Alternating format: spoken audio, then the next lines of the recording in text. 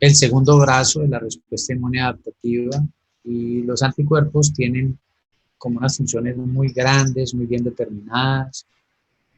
Generalmente su función se concentra en neutralizar y eliminar, facilitar mecanismos de eliminación y neutralizar microorganismos extracelulares y toxinas. ¿A qué se refiere eso? A que los anticuerpos reaccionan ya sea con el microorganismo o reaccionan también con las toxinas que ellos liberan.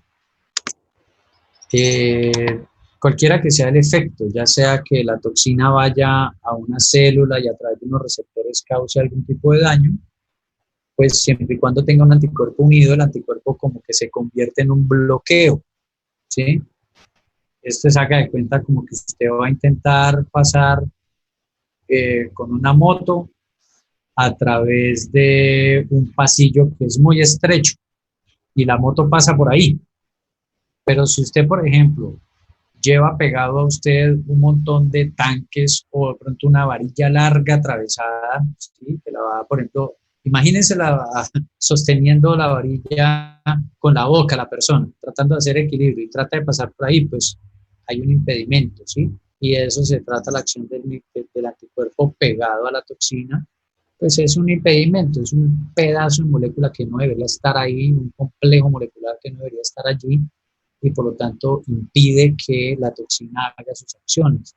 Y algo parecido pasa con el microorganismo. Recuerden que ya alguna vez habíamos dicho que el concepto de susceptibilidad se enfoca y se restringe exclusivamente a que nosotros tengamos los receptores para los patógenos. Si no tenemos el receptor para que el patógeno se una fuertemente a una célula, pues no somos susceptibles. Eso es el término susceptibilidad. Ser susceptible significa tener los receptores en determinados grupos de células para poder alojar a un patógeno. Si no tenemos los receptores, pues sencillamente no somos susceptibles. Ahora, esa interacción ligando-receptor entre el microorganismo y el patógeno, pues si uno le pega un anticuerpo al ligando, que es el que tiene el patógeno, pues obviamente cuando el patógeno intente interactuar con su receptor, pues no va a poder porque el anticuerpo está ahí estorbando. Entonces esa es la labor de neutralización a la que siempre nos referimos con respecto al anticuerpo. Este mecanismo de defensa es tal vez el más importante con respecto a los microorganismos que tienen, por ejemplo, cápsulas.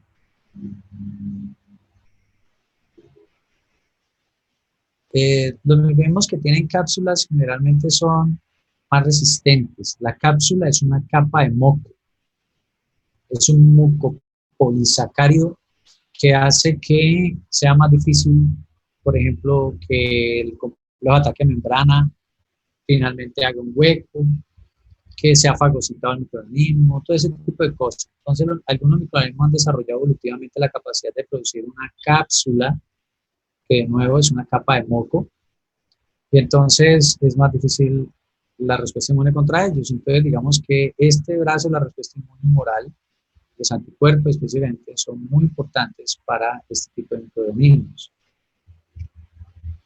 Vamos a ver las moléculas, las fases y los tipos de respuesta humoral. Básicamente las moléculas involucradas principalmente en la respuesta inmunohumoral son los anticuerpos.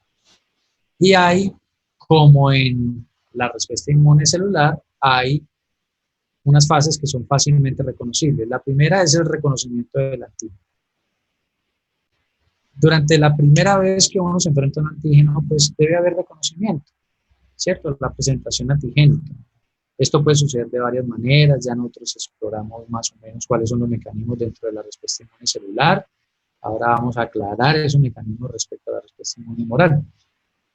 ¿Qué sigue después de que a un linfocito B se le ha presentado un antígeno? Pues como al linfocito T, igual se activa, prolifera y se diferencia.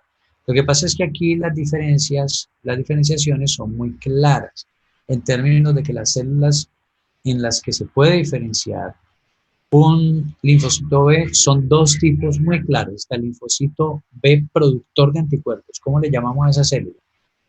A la Célula que plasmática. la célula plasmática, correcto, la célula plasmática. Y los que pudieran llegar hasta allá, pero se quedan en el camino y no se convierten en célula plasmática, finalmente se convierten en células B de memoria. Es digamos que lo más fácil. Luego, cuando ya el anticuerpo la célula es productora de anticuerpos, pues viene una serie de mecanismos efectores. Entonces, digamos que son muy fáciles de reconocer esas tres fases. En esencia, tenemos dos tipos de respuesta inmune mediada por anticuerpos. La más común y tal vez la más importante para los objetivos de crear memoria inmunológica y memoria inmunológica de larga duración, pues respuesta inmune protectora de larga duración, pues está la respuesta inmune timo-dependiente. Y digamos que durante los últimos años es que hemos venido como a entender un poco cómo funciona eso, porque cuando la respuesta inmune humoral no obtiene ayuda y cooperación de los linfocitos T ayudadores, se queda como respuesta timo-independiente, y esta respuesta timo-independiente es una respuesta que no genera memoria. Eso es lo más importante de todo. Ustedes van a entender un montón de cosas biológicas que suceden en los seres humanos con esta clase precisamente por este mecanismo. En esta diapositiva, espero que la miren bien, por favor, repásenla bien, miren. Aquí lo que estamos viendo es una serie de microfotografías electrónicas. Esto es barrido electrónico, son microfotografías submicroscópicas en las que se ven los anticuerpos. Es decir, esa figura que nos venden a nosotros de los anticuerpos no son mentira. Los anticuerpos tienen esta estructura como de Y, ¿sí? Y ahora vamos a ver bien en detalle esa estructura, pero lo más importante es que ustedes vean que ellos tienen esa estructura y que los anticuerpos pueden formar una serie de cosas que nosotros llamamos complejos inmunes. Son estas redes en las que hay antígenos, ¿cierto? Que si fuera de otra manera, si no existieran anticuerpos, no podrían aglutinarse de esta manera, como se ve aquí. Entonces, lo que ustedes ven aquí son antígenos libres en una solución donde no hay anticuerpos. Pero miren lo que pasa cuando se echan los anticuerpos. Esto es lo que entonces llamamos aglutinación. Los anticuerpos atrapan diferentes tipos de antígenos y forman esta red. En muchas patologías humanas, quiero que le tomen una fotografía mental a esto y jamás se les olvide. En muchas patologías humanas se forman estas estructuras que llamamos complejos inmunes. Son redes de antígenos y anticuerpos que se forman a veces en la circulación sanguínea. Y se acuerdan que alguna vez les dije que los glóbulos rojos eran el basurero del sistema inmune. Pues lo que pasa es que los glóbulos rojos atrapan estos complejos inmunes y se los llevan hasta el vaso donde son retirados. Mucho del control del sistema inmune se da de esta manera. Es estos complejos inmunes siendo retirados del torrente sanguíneo. Entonces, simplemente se los muestro para que ustedes vean que estas son moléculas que sí existen, pero no es una cosa tan abstracta como la que normalmente le muestran. Vamos a ver la estructura de un anticuerpo. Esto nosotros ya lo hemos repasado, ya hemos visto que los anticuerpos son tetrámeros. ¿Qué quiere decir eso? Pues que están compuestos por 4 cadenas. Y durante nuestro primer taller de inmunología vimos que esas 4 cadenas, pues son cadenas, 2 grandes, ¿cierto? Y otras 2 livianas. Entonces a estas grandes les decimos pesadas, son cadenas pesadas, ¿sí? Y a las más pequeñas les llamamos cadenas livianas. En algún momento yo les dije, bueno, ¿cuántos dominios tiene, por ejemplo, una cadena pesada? Aquí se ve muy bien la estructura, ¿sí? Eso lo repasamos cuando resolvimos el taller, entonces les decía yo, son 4 dominios que tiene una cadena pesada. Dependiendo del isotipo del anticuerpo, puede haber un quinto y hasta sexto dominio, pero lo normal es que los anticuerpos tengan solamente 4 dominios. Está el dominio variable y hay 3 constantes en una cadena pesada. Miren, este es el variable y estos 3 son constantes. Mientras que en las cadenas livianas, el primerito es el variable, y enseguida hay uno solo constante. Entonces, para que nos ubiquemos un poco aquí temporoespacialmente. ¿Las proteínas tienen principio y final? Estoy preguntando. ¿Proteínas como, profe? ¿Tienen principio y tienen final? Claro. Tienen hasta una estructura que es cuaternaria. A ver, la pregunta es, ¿tienen un principio y tienen un final? ¿Una cadena de polipéptidos, una cadena de aminoácidos tiene un principio y un final? Sí, Sí. profe. ¿Cómo se Sí. llaman ese principio y ese final? ¿Cómo los conocemos? Cadena primaria. En la estructura primaria, ¿cómo es? Metionina y Un radical libre, creo. O sea, ya sido un radical libre. Chicos, ustedes se olvidan de estos conceptos, pero esto es seguro. ¿Esta N qué significa? ¿Y esta C qué significa?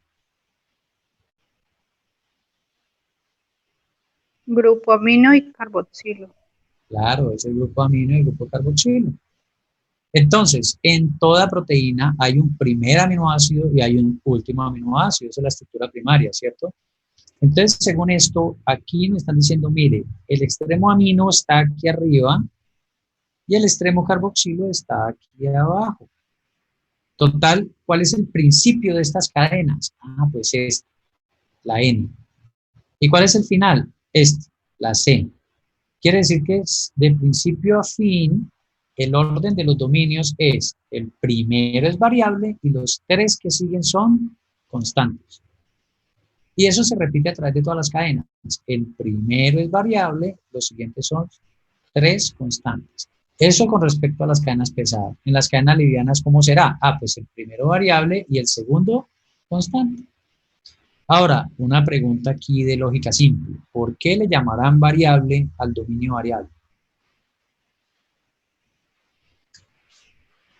La respuesta es obvia, ¿sí o no? Porque varían. Ahora, el punto es, ¿por qué varía? ¿Por qué varía esa secuencia allí en ese dominio? Porque los otros, al llamarse constantes, pues uno puede asumir que no varía tanto la secuencia, solo varía en el dominio que está más al extremo inicial. Estos dos son los variables y estos dos son los variables. Ah, pues la razón por la cual varían es esta. Son el sitio de unión al antígeno. Si este dominio de aquí y estos otros dos dominios de acá, este par y este par, tienen la función de unirse al antígeno, pues necesariamente tienen que ser variables. ¿Por qué? Pues fácil, porque es que ¿cuántos antígenos pudiera encontrarse un anticuerpo durante su vida? Muchos. Muchísimos, muchísimos. Entonces, cada linfocito B, de acuerdo a lo que aprendimos de la teoría de la selección clonal, cada linfocito B produce uno y solamente un tipo de anticuerpo, ¿cierto? Y ese anticuerpo reconoce, pues obviamente, uno y solamente un epítope, no más, un epítope. Por lo tanto, a la diversidad de linfocitos que tenemos, le toca producir muchos tipos diferentes de anticuerpos. A cada uno le toca producir uno diferente. Y cada uno de esos anticuerpos tendrá la capacidad de unirse a un tipo de antígeno específico. ¿Está claro? En cambio, estas partes de acá que no se unen al antígeno, sino que tienen otras funciones, pues no necesitan ser tan variables. Entonces, hay una lógica que ustedes deben entender que tiene la estructura del anticuerpo. Los extremos, el tetrámero, tiene sobre sus extremos aminos, tiene ubicado los dominios variables. ¿Por qué razón? Porque es la fracción del anticuerpo que se une al antígeno. Entonces, miremos lo que dice esta diapositiva. Dice, todo anticuerpo está compuesto de dos cadenas pesadas y dos cadenas livianas.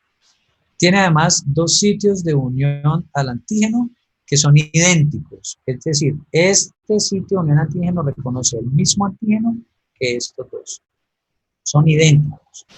Esos dos sitios están compuestos por un dominio variable de la cadena liviana y un dominio variable de la cadena pesada. Simplemente esto que está acá es una fórmula para decir que es en poquitas letras. Ahora, como vamos a ver más adelante, estas regiones donde está concentrada la variabilidad, tienen unas regiones internas que se llaman regiones hipervariables. Pero ya vamos a ver eso. También se llaman regiones determinantes de complementariedad o regiones hipervariables. Luego, la parte de abajo del anticuerpo es una parte más constante. Se llama fracción FC o región FC. ¿Por qué se llama así? Porque era la parte cristalizable de los anticuerpos.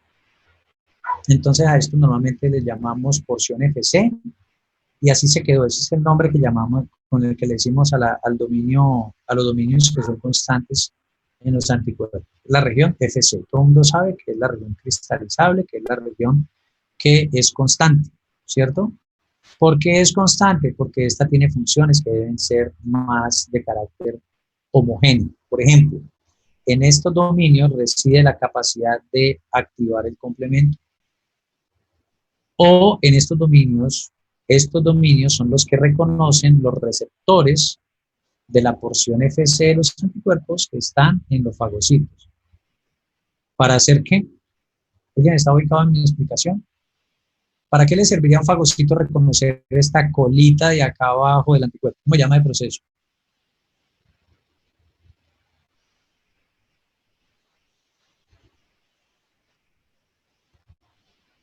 Opsonización. Es la opsonización. Entonces, en ese orden de ideas,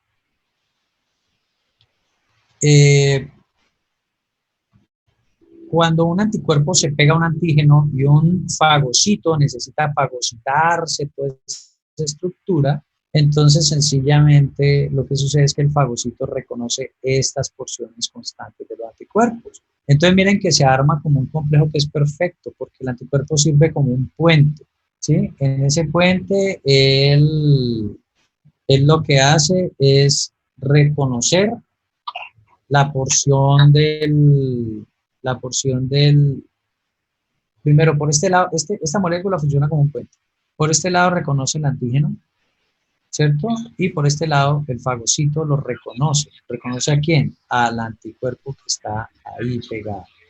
En 4 muchachos, es sencillo, una simulación de Bueno, entonces les decía que por aquí se reconoce al anticuerpo que está pegado a un antígeno, entonces le queda un poco más fácil el fagocito, ya entiende uno un poco más cómo es que finalmente resulta que un fagocito puede reconocer esta estructura ya pegada sobre un antígeno.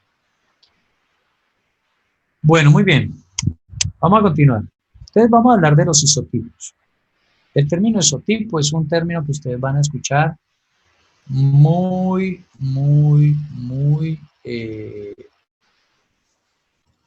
frecuentemente en inmunología. ¿Qué es lo que ustedes van a escuchar de los isotipos? Bueno, los isotipos son como los grandes grupos de anticuerpos que tenemos. Cuando habla de anticuerpos, habla de una manera muy general, pero los anticuerpos se pueden clasificar. La forma de clasificarlos es de acuerdo al tipo de cadena pesada que tengan. ¿Sí? Entonces, esta cadena pesada en los seres humanos puede ser de al menos 5 tipos diferentes. Puede ser gamma, puede ser mu, puede ser alfa, puede ser epsilon o puede ser delta. Estos son simplemente letras del alfabeto griego para designar diferentes conformaciones de cadena pesada. Pero esto tiene una lógica que a uno no se le olvida. ¿Por qué razón? Porque es que cuando la cadena pesada, la porción constante de la cadena pesada es de tipo gamma, el anticuerpo que se produce con ella se llama IgG. Cuando es de tipo mu, pues se llama IgM. Cuando es de tipo alfa, se llama IgA. Cuando es de tipo epsilon, se llama IgE. Y cuando es de tipo delta, se llama IgD. Entonces, miren, la mnemotecnia que digamos, con la que yo me aprendí esto alguna vez cuando me tocó por primera vez, así como ustedes, enfrentarme a este conocimiento, era simplemente que los anticuerpos eran grande. Estos son los isotipos de anticuerpos. Ahí están. Están los 5 isotipos. Si hablamos de otras especies, En otras especies hay otro tipo de cadenas pesadas y probablemente los isotipos de anticuerpos son diferentes. ¿Sí? Entonces, desde ese punto de vista, quiero que vean esa estructura aquí. Miren que los anticuerpos de tipo IgG, IgA, IgD o IgE tienen un dominio variable en su cadena pesada y 3 dominios constantes. El único tipo de anticuerpo que tiene un quinto dominio es el anticuerpo de tipo IgM, ¿sí? Donde ustedes ven uno que es variable y 4 constantes. Entonces aquí es muy claro, ahorita vamos a ver esto para qué le sirve a la IgM. ¿Para qué le sirve a la IgM tener un quinto dominio? Y que ese dominio número 5 sea constante. Entonces, miren muchachos, conocimiento concreto. ¿Cuántos isotipos de anticuerpos hay? Pues 5, ¿cierto? IgG, IgM, IgA, Ig e IgD. Gandhi, ahí están. ¿Cuál de esos es el único que tiene un dominio extra constante? Pues la IgM. Ahora vamos a ver para qué le sirve a la IgM tener ese dominio extra. Y finalmente, ¿cómo o por qué razón se les da diferente nombre a los grupos de anticuerpos? Pues eso depende del tipo de cadena pesada que tengan. Esa cadena pesada está generalmente conformada por un dominio variable y 3 constantes. Entonces el dominio variable no entra en la denominación, solamente las porciones constantes. Por eso se dice aquí, si la porción de la cadena constante es gamma, se llama IgG. Si la porción de la cadena constante es mu, se llama Ig. Ahí está bien resumido. Estas son las estructuras de los anticuerpos. Ustedes van a ver, por ejemplo, la IgM. ¿Cómo dice la IgM que es? ¿Sí lo ven?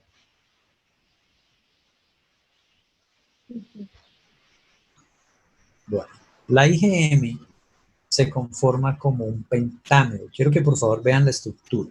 Mírenla bien.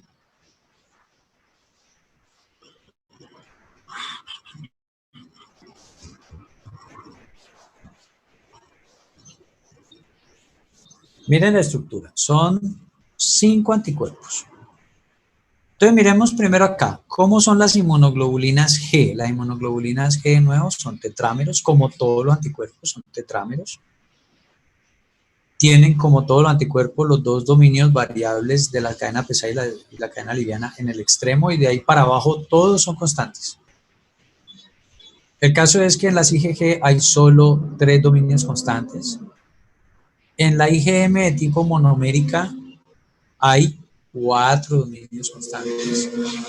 En la IgD hay 3 dominios constantes. En las IgA, 3 dominios constantes. Y en las IgE, dependiendo del tipo de IgE que estemos hablando, son 3 o 4. Ya más adelante vamos a ver eso de qué tipo de IgE. Por ahora pensemos en que normalmente son 3 y ocasionalmente son 4. Particularmente para IgM, ¿para qué le sirve ese tercer dominio? Miren en dónde está involucrado ese tercer dominio. Está involucrado en la conformación del pentámero. Esta cosa que ustedes ven aquí, esta línea negra, se llama cadena J. Y esa cadena J se llama así de junction, de unión. Junction. ¿Qué misión tiene la cadena J? La cadena J tiene la misión de unir las 5 moléculas de IgG. ¿Sí? Cuando el anticuerpo está ya así conformado, ahora sí es secretado al medio externo y va a cumplir su función. ¿Qué será más eficiente atrapando antígeno? Una cosa de estas, que son 5 monómeros ahí de inmunoglobulina, un pentámero, o será más eficiente, por ejemplo, tener la inmunoglobulina solita. ¿Qué opinan ustedes? El pentámero. El pentámero es más eficiente haciendo lo que tenga que hacer porque son 5 moléculas juntas, ¿cierto? Algo parecido pasa con la inmunoglobulina A. La inmunoglobulina A tiene también una cadena J de unión y además de eso tiene esta cadena azulita que llamamos componente secretor. Entonces, en algún momento yo les dije, cuando veamos anticuerpos nos vamos a enterar de que la inmunoglobulina A es la inmunoglobulina típicamente presente en las secreciones humanas. Entonces, si vamos a ver en saliva, en la mucosa de cualquiera de los tractos, en la leche materna, la inmunoglobulina que sale en esas secreciones es inmunoglobulina A. ¿Por qué? Muy sencillo, porque esa inmunoglobulina se convierte en un dímero, son dos moléculas unidas, a través de ese componente secretor y de esa manera sale del torrente sanguíneo y se va a las mucosas. Entonces, por eso le llamamos la inmunoglobulina de las mucosas. Entonces, resumamos, conceptos claros y concretos. Estos son 5 monómeros. Cada uno de ellos responde o corresponde mejor a los 5 isotipos de anticuerpos que tenemos los seres humanos. G, M, D, A y E. Sabemos que estructuras especiales solo forman la IgM y la IgA. La IgM se conforma como un pentámero, mientras que la IgA se conforma como un dímero. La IgM, cuando se conforma como un pentámero, ese pentámero normalmente lo encontramos como pentámero en suero humano, en el suero, ¿sí? En el torrente sanguíneo. Pónganme mucha atención a esto. Mientras que el monómero lo podemos llegar a encontrar en las secreciones humanas. Con la IgA pasa al revés. La que encontramos en las secreciones humanas es el dímero, ¿cierto? Mientras que la conformación como monómero está restringida al suero. Dicho de otra forma, esto es en suero, esto es en secreciones.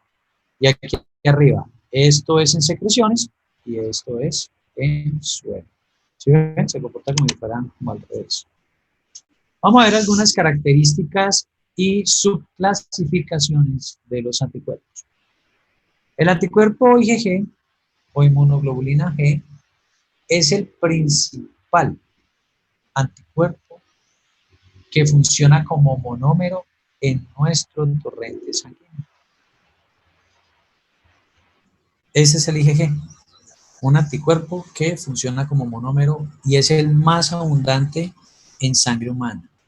A ustedes como médicos, como futuros médicos, les interesa muchísimo saber que el anticuerpo de tipo IgG es el anticuerpo que nosotros llamamos técnicamente, de manera jocosa en el ambiente clínico, lo llamamos anticuerpo de memoria. ¿Qué es lo que nos está diciendo ese anticuerpo cuando está presente en un ser humano? Que el contacto con el antígeno sucedió hace ya mucho tiempo atrás. La IgA es el anticuerpo por excelencia secretado, y cuando es secretado en todas las secreciones humanas, lo vamos a encontrar como un dímero. La IgM es el primer anticuerpo en sintetizarse y generalmente se sintetiza como un pentámero, ¿cierto? O puede también en algunos momentos estar presente como monómero, pero cuando está en el suero ya secretado, es un pentámero. Es esta estructura acá. Cuando en ciencias clínicas se habla de IgM, lo que automáticamente piensa un médico es que si hay IgM positiva para algún tipo de medición, para cualquiera, IgM contra toxoplasma, IgM contra COVID-19, ¿qué nos está diciendo eso? Que el contacto con el antígeno es reciente. Es muy probable que las personas que estén haciendo una patología concomitante, es decir, en ese mismo momento están sufriendo la enfermedad, desarrollen IgM. ¿Por qué razón? Porque es el primer anticuerpo en ser sintetizado. Siempre. Todo linfocito B, cuando se le presenta el antígeno, inmediatamente se convierte en célula plasmática, ¿cierto? Él prolifera, hace la expansión clonal, muchas de las células se convierten en células plasmáticas productoras de anticuerpos. Pero esas células plasmáticas productoras de anticuerpo arman un rompecabezas de tal manera que la cadena pesada de esos anticuerpos que inicialmente se producen son de tipo IgM. La cadena, digamos que las porciones variables, tanto de la cadena pesada como de la liviana, pues sí corresponden al antígeno que se quiere atacar, pero las cadenas pesadas son todas de tipo IgM. Cuando pasado el tiempo intervienen los linfocitos T y hacen lo que tienen que hacer dentro de la respuesta inmunohumoral, y ahora vamos a ver en detalle eso, los anticuerpos cambian de isotipo. ¿Qué quiere decir eso? El rompecabezas se reorganiza y entonces ahora el cambio de isotipo hace que ya no se produzcan, que las células plasmáticas no produzcan IgM, sino IgG. Entonces, el rompecabezas funciona de tal manera que las porciones pesadas de las cadenas de tipo gamma reemplazan las de tipo mu. Entonces, ya el anticuerpo no es de tipo IgM, ya no podrá conformar pentámeros, sino que ahora es de tipo IgG. Eso va a quedar un poco más claro adelante. La IgE, por ejemplo, es una inmunoglobulina que reconocemos casi siempre involucrada en dos tipos de procesos. El primero de ellos es la respuesta de inmunes a parásitos y el segundo de ellos son las respuestas inmunes a, a las alergias, los procesos alérgicos. La IgD es la respuesta inmune es la respuesta, es tal vez la inmunoglobulina más llamativa. ¿Y por qué la más llamativa? Porque es que hasta el momento no le conocemos función. ¿Qué sabemos hasta ahorita de la IgD? Hace parte de un receptor en las células linfocíticas. Nunca se secreta, o si se secreta es en muy pequeñas cantidades.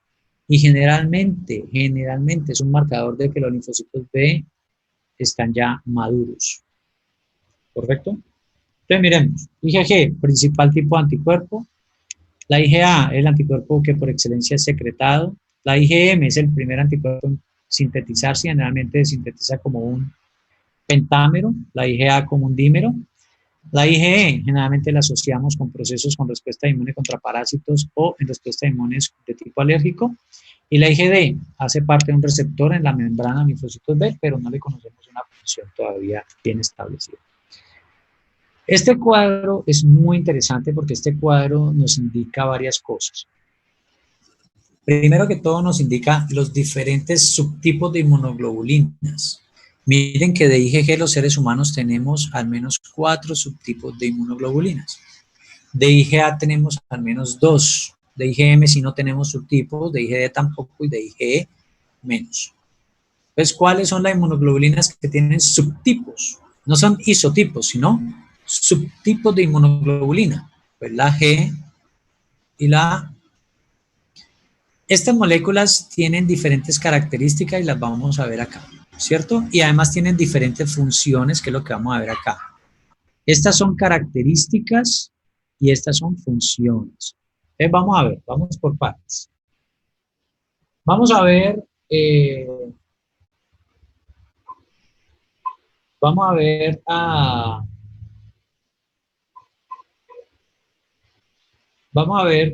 a ver características como la cadena pesada. Entonces ya vimos que ¿en qué se basa la clasificación de las inmunoglobulinas G? Pues el subtipo de cadena pesada. Tenemos cadena pesada gamma 1, gamma 2, gamma 3, gamma 4. O en las de A, alfa 1 y alfa 2. Entonces ya de entrada sabemos que la diferencia entre esos subtipos de inmunoglobulina está fundamentada en la secuencia de aminoácidos. Miremos el peso molecular. ¿Cuál de esas inmunoglobulinas es la más pesada? ¿Tiene alguna lógica que sea la más pesada?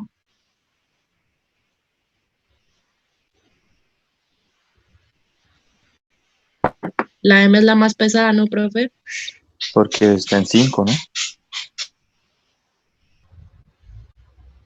Claro, es la más pesada.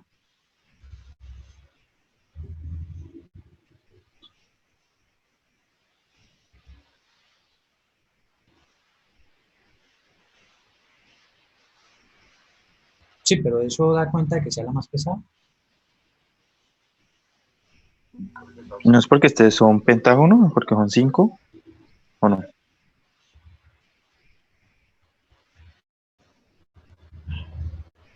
Claro, ese es el pentámero. Miren ahora con IgA. Denme un segundito, ya soluciono una cosa y ya vuelvo. Pero miren la IgA por lo pronto y me dicen si tiene lógica ese peso molecular que ella.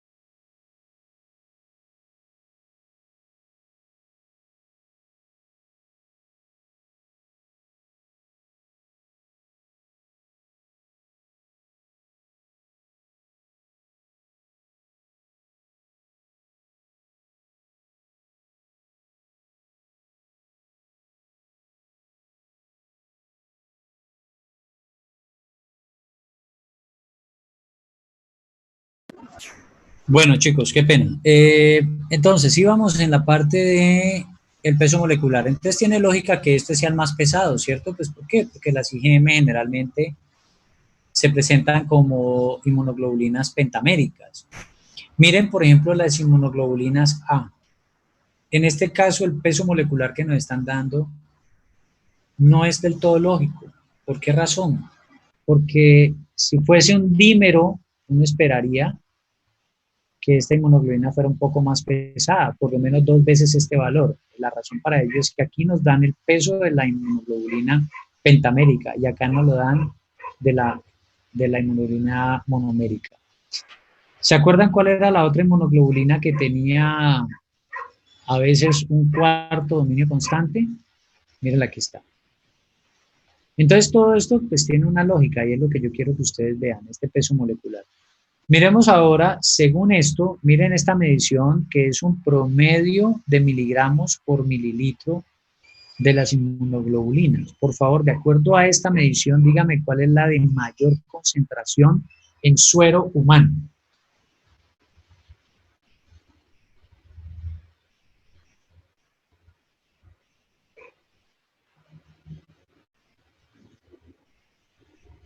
¿La qué? La IgG 1. Esto quiere decir 9 miligramos por mililitro. ¿Cuál seguiría?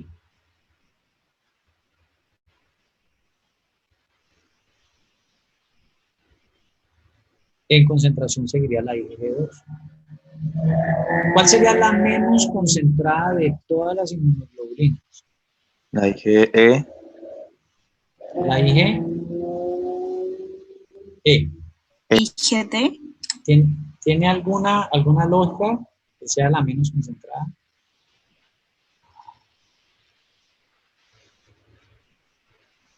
Sí, porque usted nos Porque dijo que esas esa son era la los que casi En no los se parásitos. secretaba. receptores. Y que están los receptores. Pero de la IgD, ¿no? Ojo, la IgE no. La IgE es una inmunoglobulina que este 5 Pero por ese 10 a la menos 5, ¿qué quiere decir? es muy pequeño. Es 0.0005. Sería 0.50, 0.00005. Entonces podemos decir que la IgE es la de menor concentración en suero. Normalmente esta inmunoglobulina es de carácter patológico. Tenemos niveles normales de inmunoglobulina E, pero cuando se aumentan, no necesariamente significan un beneficio para la salud humana. Es por eso que yo quiero llamar la atención en que esta es la menos concentrada.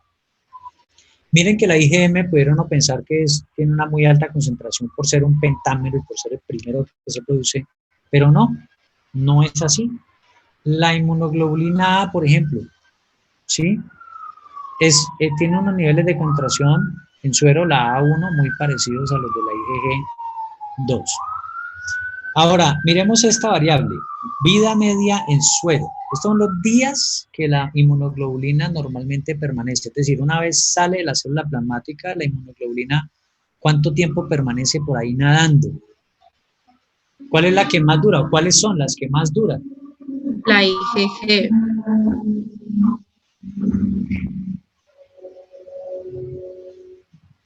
La IgG. De hecho, varios subtipos de IgG. La 1, la 2 y la 4. La IgG3 no es de tanta duración.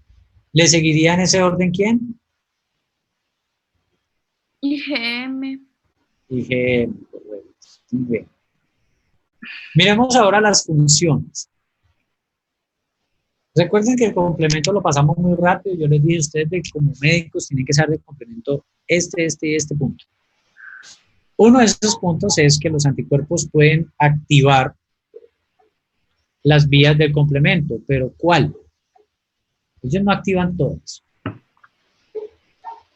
¿Cuál es la vía del complemento que se activa con los anticuerpos?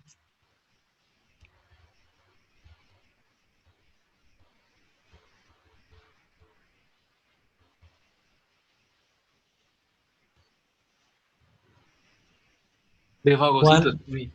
¿Cuál es la vía del complemento que se activa a través de los anticuerpos? Una cascada de reacciones. ¿Cuál es la vía? Acuérdense que el complemento, que es una cascada de reacciones, no. ¿La alterna? Nosotros dijimos, hay 3 formas de activar la vía del complemento, 3 vías. La clásica. Ahí está, mírenlo, ahí está dicho, la vía clásica. ¿Cuáles son los anticuerpos que tienen mayor capacidad de activar el complemento por la vía clásica?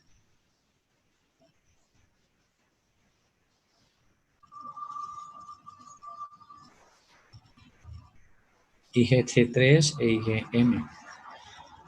Esto es muy importante que lo sepan. Los únicos anticuerpos capaces de activar el complemento por la vía clásica son IgG e IgM. Y dentro de los IgG, de los subtipos de IgG, hay uno que es mucho más efectivo que los otros. Está el IgG3, ¿cierto? Pero en términos generales de capacidad de activar complemento, el anticuerpo número 1 en activación de complemento es IgM. Luego seguiría la IgG. ¿El resto activan complemento? No activan complemento. ¿Cuáles de esos son capaces de activar la vía alterna del complemento, según lo que dice esta gráfica?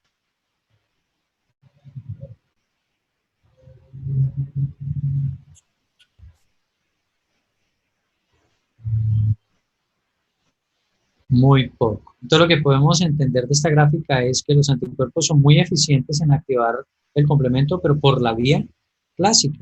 Por la vía alterna generalmente no lo hace. Miremos la tercera función, esta. Transferirse a través de la barrera fetoplacentaria. Esto, jóvenes, es de radical importancia para la especie humana. Estamos en este planeta gracias a esta capacidad. Muy importante que me entiendan. Por favor, concéntrense que esto es de las cosas que sus profesores de inmunología normalmente no les van a decir. Entonces, miremos a ver. ¿Cuál es el único? A ver, pongámonos en contexto. ¿Qué es esto de la barrera fetoplacentaria? Pues que una mamá, ¿cierto? Una señora en embarazo, pues tiene un feto en su vientre y él está creciendo. En algún momento ese feto va a empezar a tener circulación y obviamente la circulación del feto se oxigena y obtiene nutrientes a través de la circulación materna. Ahora, las dos circulaciones se mantienen separadas técnicamente hablando. ¿Por qué? Porque hay un concepto que se denomina barrera fetoplacentaria, en la cual tenemos unas membranas especializadas en hacer comunicación, es decir, paso de nutrientes, paso de oxígeno y de otras cosas, pero que las dos circulaciones jamás estén en contacto. Entonces, la circulación fetal depende de la circulación materna, ¿cierto? Con ese pensamiento en la cabeza, entonces imaginemos que la mamá le hace transferencia pasiva de anticuerpos al feto. La pregunta es, ¿la mamá le puede pasar todo tipo de anticuerpos al feto o cuáles son los que pasan? IgG, La IgG solamente. La única inmunoglobulina con capacidad de atravesar la barrera fetoplacentaria es la IgG, de tal manera que el niño durante el embarazo y durante los 6 primeros meses de vida tiene anticuerpos, pero esos anticuerpos no son de él. ¿Son de quién? de la mamá. Son de la mamá. ¿Sí? ¿Por qué no tiene IgM ese feto? Porque la IgM no puede pasar la barrera fetoplacentaria. ¿Estamos claros con eso? Toda IgM que se encuentre en un feto o en un recién nacido probablemente es una IgM de él, que su sistema inmune ha producido, un mutuo propio. ¿Es normal encontrar IgM en un feto? No. No, no es normal, porque ese feto no está todavía con contacto con el medio externo, entonces no debería producir IgM. ¿Es normal encontrar IgM durante los 6 primeros meses de vida? Sí. Ahí sí, porque el individuo ya salió y entonces empieza a tener contacto con los diferentes antígenos del medio externo y empieza a producir sus IgM. Vamos a ver. Entonces, el único anticuerpo capaz de atravesar la red fetoplacentaria es la IgG. El resto no lo pueden hacer. Vamos a ver la cuarta función, que es la capacidad de unirse a macrófagos y otros fagocitos. ¿Cuáles de estos anticuerpos son los que son capaces de unirse a los fagocitos? Está la IgG, ¿cierto? Miren que la IgM no lo hace. La IgA lo puede hacer. Y finalmente la IgE. Total, esta función, que es la de unirse para que macrófagos y fagocitos puedan fagocitar, es una función que ayuda a qué proceso. Eso cada rato los pregunto. La opsonización. La opsonización. Entonces, ¿cuáles son los anticuerpos que pueden opsonizar de manera efectiva? El IgG1, IgG3, IgG4 más o menos, IgA1, IgA2. Miremos esta capacidad, la de unirse con alta afinidad a células mastocíticas y a basófilos. Miren, aquí está. Ninguno lo puede hacer, solo IgE. Entonces aquí tenemos que asociar, muchachos. Número 1, IgE normalmente se debe encontrar en muy bajas concentraciones. Si se eleva, ya sabemos que esta es una inmunoglobulina de carácter patológico, generalmente no significa nada bueno, puede estar asociada a respuesta inmune a parásitos tipo el mintos, gusanos, o puede estar también asociada a procesos alérgicos. Cualquiera que sea el caso, la célula que está involucrada en reconocer el anticuerpo y de granularse es una célula que también es bastante dañina, que son los basófilos y los mastocitos. ¿Recuerdan cuando vimos estas células que yo les decía? No está establecido así, pero es bueno que ustedes clínicamente lo piensen de esta manera, y es que los basófilos son mastocitos, pero que están en sangre. O al revés, los mastocitos son basófilos, pero que están en los tejidos. Aparentemente estas dos células son la misma célula, simplemente que las llamamos basófilos en sangre y las llamamos mastocitos en el tejido. ¿Cuáles son los anticuerpos que logran generar la degranulación de estas células? La inmunoglobulina E, nadie más. ¿Sí? Entonces, miremos, hemos visto una serie de propiedades acerca de los anticuerpos. Entonces, vamos a ir colocando unos cuadritos. Con estos cuadritos vamos a ir reforzando cada vez más cada uno de estos conceptos. Hablemos de la inmunoglobulina G. La inmunoglobulina G, como funciones efectoras, ¿cierto? Tiene capacidad de opsonizar antígenos y que estos antígenos pues sirvan para que los macrófagos y los neutrófilos hagan fagocitosis. La segunda función efectora es activar el complemento y generalmente lo hacen por la vía clásica. La tercera función efectora es mediar una cosa que ya vimos que se llama citotoxicidad celular dependiente de anticuerpos, ADCC, citotoxicidad celular dependiente de anticuerpos. ¿Sí? ¿Qué es lo que sucede aquí?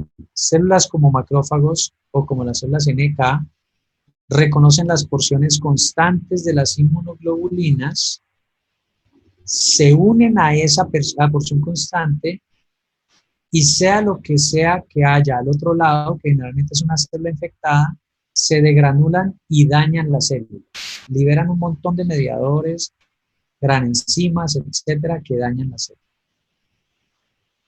La inmunoglobulina G es importante en la inmunidad neonatal porque son los anticuerpos que generalmente pasan de la circulación materna a la circulación del feto. ¿Sí? Esto está mal ubicado aquí en este cuadrante. Esto es de un libro, sino que está mal ubicado. Esto es de la inmunoglobulina, de la inmunología de Abbas. Porque realmente las inmunoglobulinas importantes en la respuesta inmune en el intestino del lactante, ¿cuáles son? Pues las inmunoglobulinas A, que llegan a la leche materna como dímero y obviamente por ser ingeridas son importantes en la respuesta inmune digestiva de este recién nacido. Ahora, la inmunoglobulina G hace una inhibición de la respuesta inmune de los linfocitos B por un mecanismo que más adelante vamos a ver que se llama red de idiotipo, antiidiotipo. Pero ¿qué es lo que yo necesito que ustedes entiendan aquí? Que hay un mecanismo de regulación de toda esta cantidad de inmunoglobulinas. Hablemos de la IgM. De la IgM, ¿qué podemos decir? Es efectiva activando el complemento por la vía clásica. Es de hecho más efectiva que la IgG. En linfocitos B vírgenes o naïf hace parte del receptor del antígeno. De la inmunoglobulina A podemos decir que la inmunidad es la participante en la inmunidad de mucosas. Esta inmunoglobulina es secretada a la luz del aparato digestivo, respiratorio y otras secreciones de todas las mucosas humanas. ¿Sí? Está en saliva, está en las lágrimas, todo tipo de secreciones humanas tienen IgA. Y además es importante a nivel de la inmunidad neonatal porque a través de la leche materna llega al intestino del lactante. La inmunoglobulina E, ya dijimos que es una inmunoglobulina de carácter patológico, normalmente se aumenta en condiciones de anormalidad. Y hablamos de que se acompaña generalmente de eosinofilia. Ese es el cuadro clínico típico. Si uno ve un aumento eosinófilo en un paciente y un aumento de inmunoglobulina E, puede pensar dos cosas. Ese paciente está en proceso de una respuesta inmune contra un parásito tipo el minto o está en un proceso alérgico grave. Ya de ahí para allá el resto de la, digamos que del enfoque clínico define lo demás. Generalmente funcionan causando la degranulación de las células que se llaman mastocitos. Como vamos a ver en la parte clínica en inmunología, ya dentro de 15 días, esto se le denomina hipersensibilidad inmediata y es una cosa grave que puede llegar a pasar en pacientes y finalmente causar la muerte. De la IgD, ¿qué podemos decir? Generalmente hace parte del receptor de antígenos en los linfocitos B vírgenes, pero no le conocemos ninguna otra función. Esto es el conocimiento general de las inmunoglobulinas, de cómo son y cómo funcionan. Yo voy a tratar, muchachos, de explicarles aquí, de tratar de explicarles cómo es el proceso de armar anticuerpos. Pero para esto yo lo que necesito es que tengamos claro primero varias cosas. Número uno, ¿yo qué heredo de mis padres? ¿Qué heredamos nosotros de nuestros padres? ¿Heredamos los anticuerpos armados? ¿O lo que heredamos es un rompecabezas en el ADN que armamos a nuestra conveniencia y generamos nuestros propios anticuerpos? ¿Cuál de esas dos es cierto?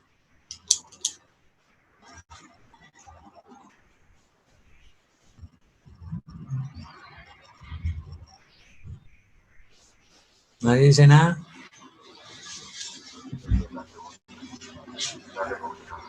¿Qué tiene más lógica? ¿Que heredemos los anticuerpos ya armados o que nos den el rompecabezas para nosotros mismos armarlo? Mismo lo armamos. Armado. Exactamente. Nosotros heredamos de nuestros padres unas piezas de rompecabezas. Imagínense, por ejemplo, un rompecabezas de esos de 1000 piezas o de 5000 piezas. Algo así heredamos nosotros. Un montón de genes pequeñitos con los cuales nuestras células inmunes arman sus propios anticuerpos. O sea que por el hecho de que mis papás fueron vacunados contra la polio, no quiere decir que yo nazca inmune contra la polio y ya tenga los anticuerpos armados. No. Lo que eso realmente quiere decir es que yo tengo que enfrentarme al antígeno para armar mis propios anticuerpos. Entonces, miremos. Con respecto a la cadena liviana, las cadenas livianas son armadas con segmentos constantes, segmentos de variabilidad y segmentos J.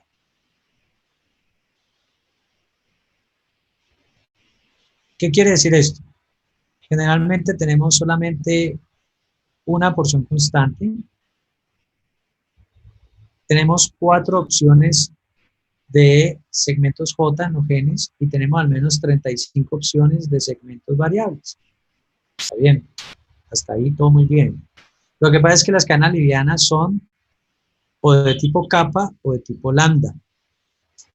Para armar una cadena liviana lambda yo tengo opciones de coger una porción constante de 4 posibles, una variable de 30 posibles variables y una J de 4 posibles J. Entonces lo que quiero que vean, chicos, es que una cadena liviana de cualquier tipo de anticuerpo se arma pegando un segmento de variabilidad, un segmento J y un segmento C.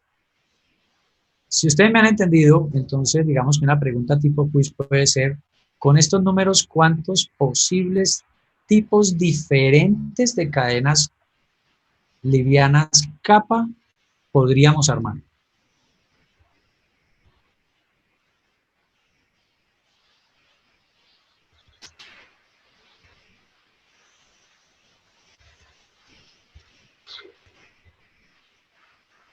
Ah, Steven, qué pena, no lo leo porque como estoy compartiendo pantalla no puedo ver fácilmente el chat, ¿sí? Lo que pasa es que si lo activo, no sé si ustedes lo ven, van a tener que decir, a ver, si yo activo el chat se me atraviesa aquí en medio de mi pantalla. ¿A ustedes también les bloquea? ¿Ustedes ven lo que yo estoy viendo en el chat?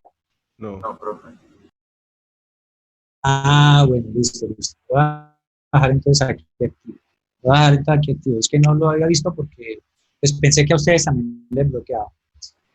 Bueno, entonces la pregunta es, con estos valores, ¿cuántas posibles formas diferentes de combinar esos segmentos podemos llegar a tener? Esa es una multiplicación fácil. Entonces miremos un segundo. Si tenemos 5 segmentos J y 35 variables,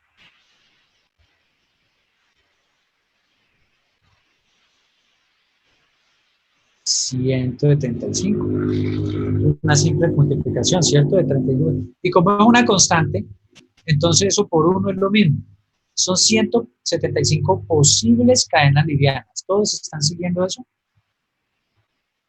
Ahora, miremos de cadenas livianas lambda. ¿cuántas posibles combinaciones podemos tener? Entonces ahí tenemos 4 opciones de cadenas constantes. Entonces, armemos de rompecabezas. ¿Cuántas posibles combinaciones podemos tener de las cadenas livianas? Entonces, según esto, 120. no, más. Porque son 30 por 4, pero esta vez tenemos 4 porciones, 4 diferentes cadenas constantes. Entonces sería 4 por 30 por 4, 480. Más estas, ¿cuánto era que teníamos acá anteriormente? 35 por 5. Más 175. Entonces miremos, aquí estamos empezando ya a hablar de diversidad de anticuerpos. Con este juego básico de genes, de cadenas livianas y pesadas, podemos estar armando 655 diferentes tipos de anticuerpos, pero el anticuerpo todavía no está completo, ¿sí?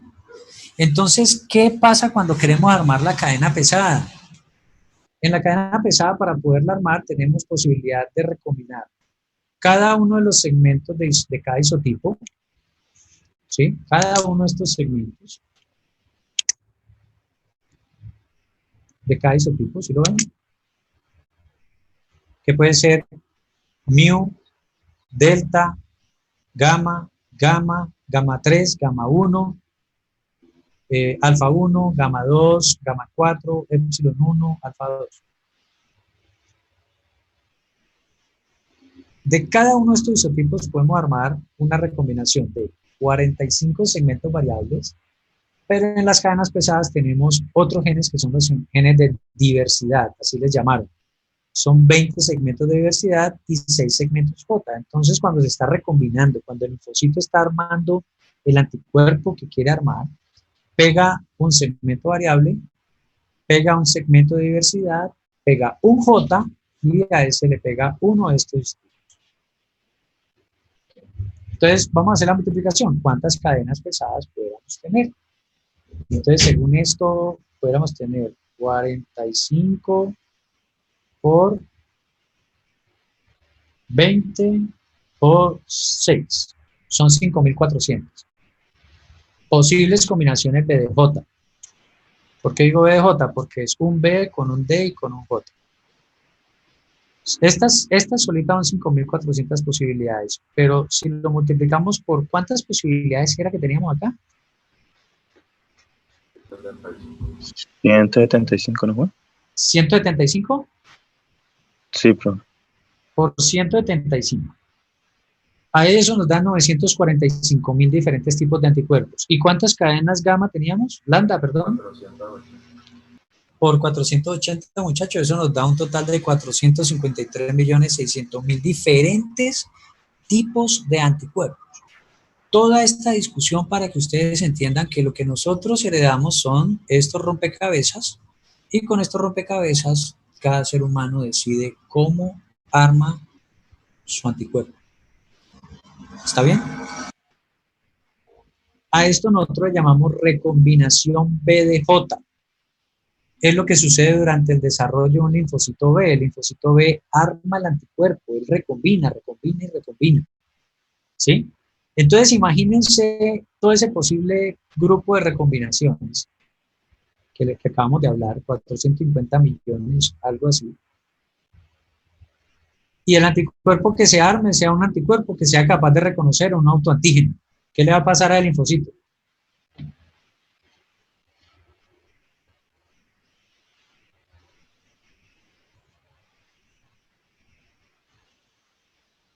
¿Qué le puede pasar al linfocito que arma un anticuerpo que reconoce un autoantígeno?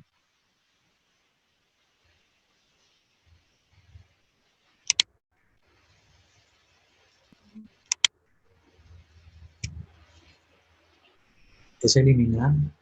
Es eliminado. Eso le llamamos ya, se los enseñé, eso le llamamos nosotros selección negativa. ¿Cómo así? Usted, el linfocito B, está produciendo un anticuerpo que reconoce autoantígenos. Usted no puede seguir. Usted debe sufrir apoptosis porque usted es autorreactivo, no puede salir de aquí. Miren cómo es de sabio el sistema inmune.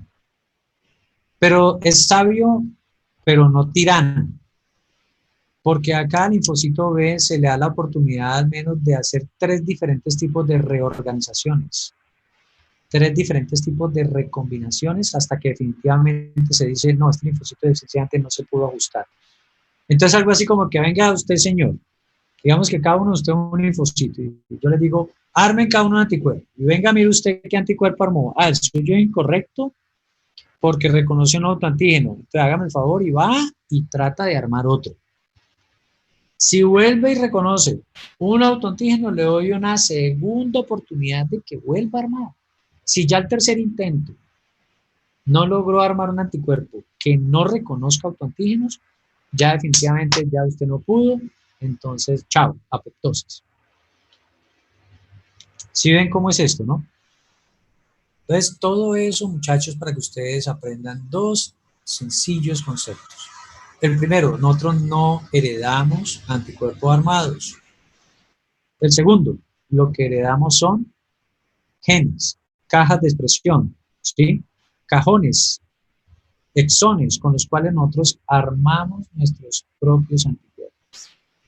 Y esto fue muy, muy, muy llamativo porque resulta que la recombinación, pegar el segmento variable con el segmento J y con el segmento constante, así como pegar el segmento variable con el D, con el J y luego con el constante en las cadenas pesadas, sucede a nivel de ADN. Eso no lo sabíamos. No contábamos con que el ADN hiciera edición. Nosotros sabíamos que existía un proceso que se llama corte y empalme o splicing, pero eso le sucede al ARN, no al ADN. Cuando esto se descubrió, esto fue un boom, hace 30, 40 años atrás, porque no se esperaba que el ADN pudiera editarse. Y eso ha sido la principal barrera para poder desarrollar con plenitud la capacidad de clonar seres humanos. ¿Ustedes se acuerdan de la oveja Dolly? ¿La han escuchado mencionar? Sí, profe. Creo que sí. ¿Qué saben de la oveja Dolly? Que es una oveja que pues su estructura genética es idéntica, o sea, es un clon a otra oveja que se llamaba Dolly. Y la crearon en un laboratorio en Inglaterra llamado le decían el laboratorio de Frankenstein, porque en ese sitio pues era un laboratorio genético.